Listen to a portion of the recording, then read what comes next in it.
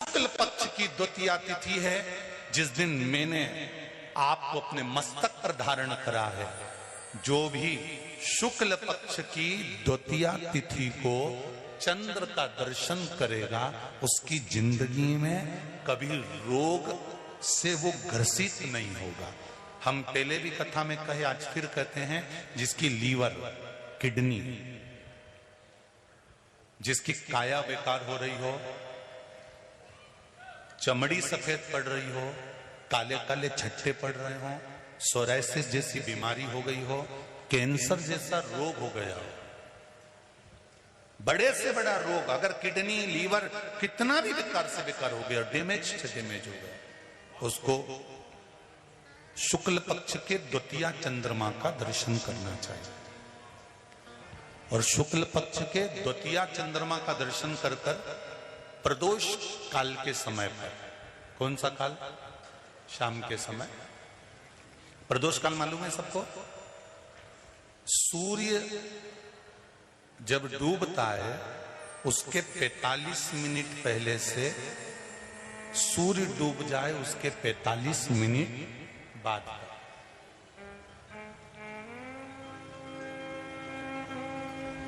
कितने मिनट पहले?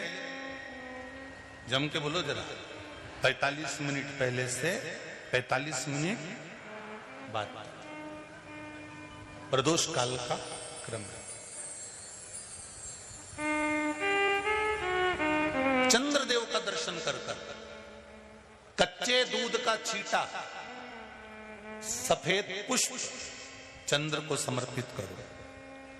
सफेद चंदन का छींटा चंद्रदेव को दीजिए।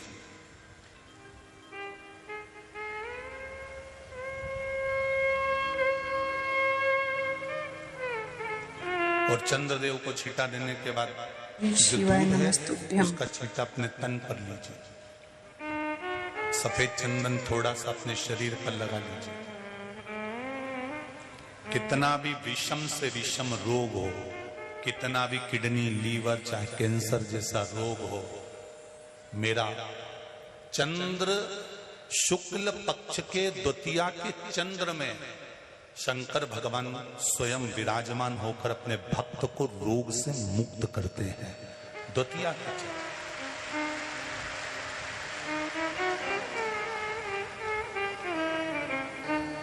जम के बोलो कौन सी तिथि है? शुक्ल पक्ष के द्वितीया तिथि का चंद्र का दर्शन व्यक्ति को जीवन का सुख देता है। जिसके आंखों में तकलीफ हो, श्रवण शक्ति में तकलीफ हो, बोलने में, मुख में तकलीफ उत्पन्न होती हो,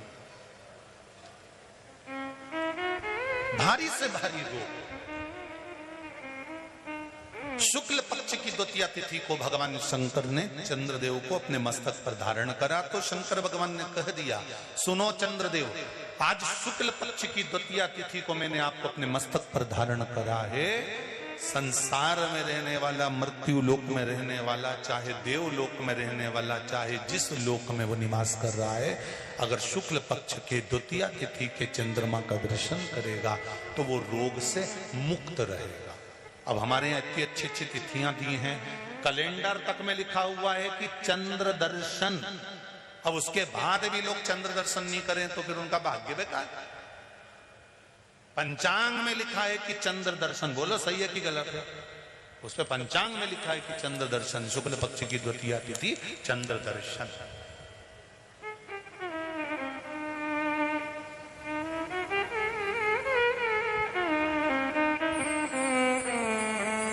करो अर्घ, देव अर्घ।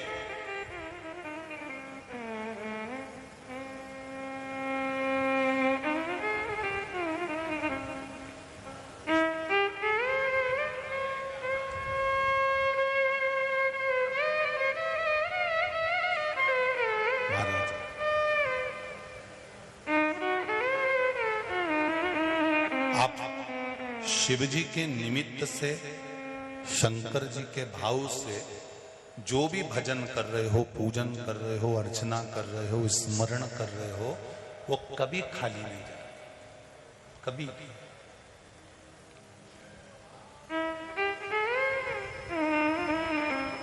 केवल आप हृदय से।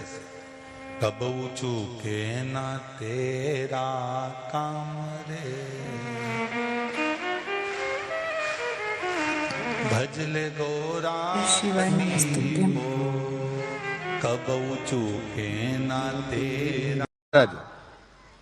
आप लोगों से भी निवेदन है, क्षेत्रीय प्रतिपदा है आज, जिनके घर में ज्यादा रोग हो, बीमारी हो, ज्यादा तकलीफें आ रही हो, कष्ट बढ़ रहा हो, बीमारियां बढ़ रही हो, या भय लग रहा हो, डर लग रहा हो, हृदय चित्त में कहीं ना कहीं आपको भय का भान हो रहा हो, तो एक लोटा पानी, एक कलश में जल भर कर रख लीजिए और रात भर उसको रखे रहने दो। नवरात्र चल रहा है, उस कलश को रात भर रखकर सुबह सुबह उस कलश में एक बेलपत्र डालकर उस जल को नीम के पेड़ के नीचे, जहां चैत्री नवरात्रे में नीम के पेड़ के नीचे सारी विद्याएं, आद्य शक्तियां, सारी देवी उस नीम के पेड़ के नीचे विराज। हर महादेव दर्शकों, स्वागत है आपका अपने YouTube चैनल में त्रिनेत्र के उपाय में।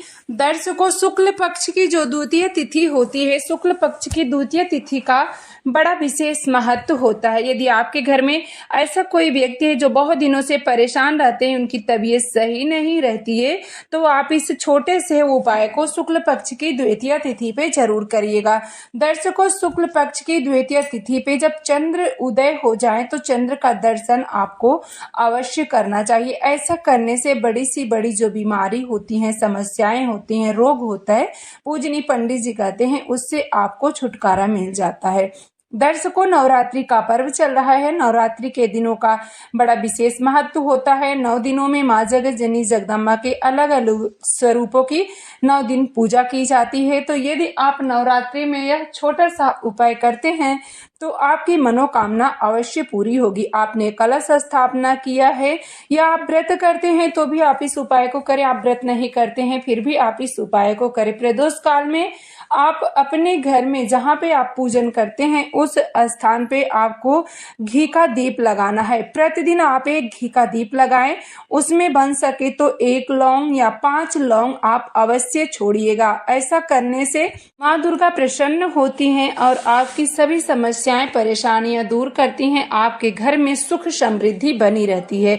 तो दीप में जिसमें आपने लौंग छोड़ा है उस दिए से आप माँ जगत जननी जगदम्बा की आरती करिएगा और उस आरती वाली थाली को आप अपने पूरे घर में घुमाइएगा। यह उपाय दर्शकों आपको लगातार 9 दिनों तक करना है। जब भी आप अपने घर में दीप प्रज्वलित करें, प्रदोष काल में कपूर में भी आप लौंग छोड़ सकते हैं, घी के दिए में भी छोड़ सकते हैं। इससे माँ दुर्गा प्रसन्न होती हैं और आपके घर की सभी समस्याएं, परेशानियां दूर करती हैं। आप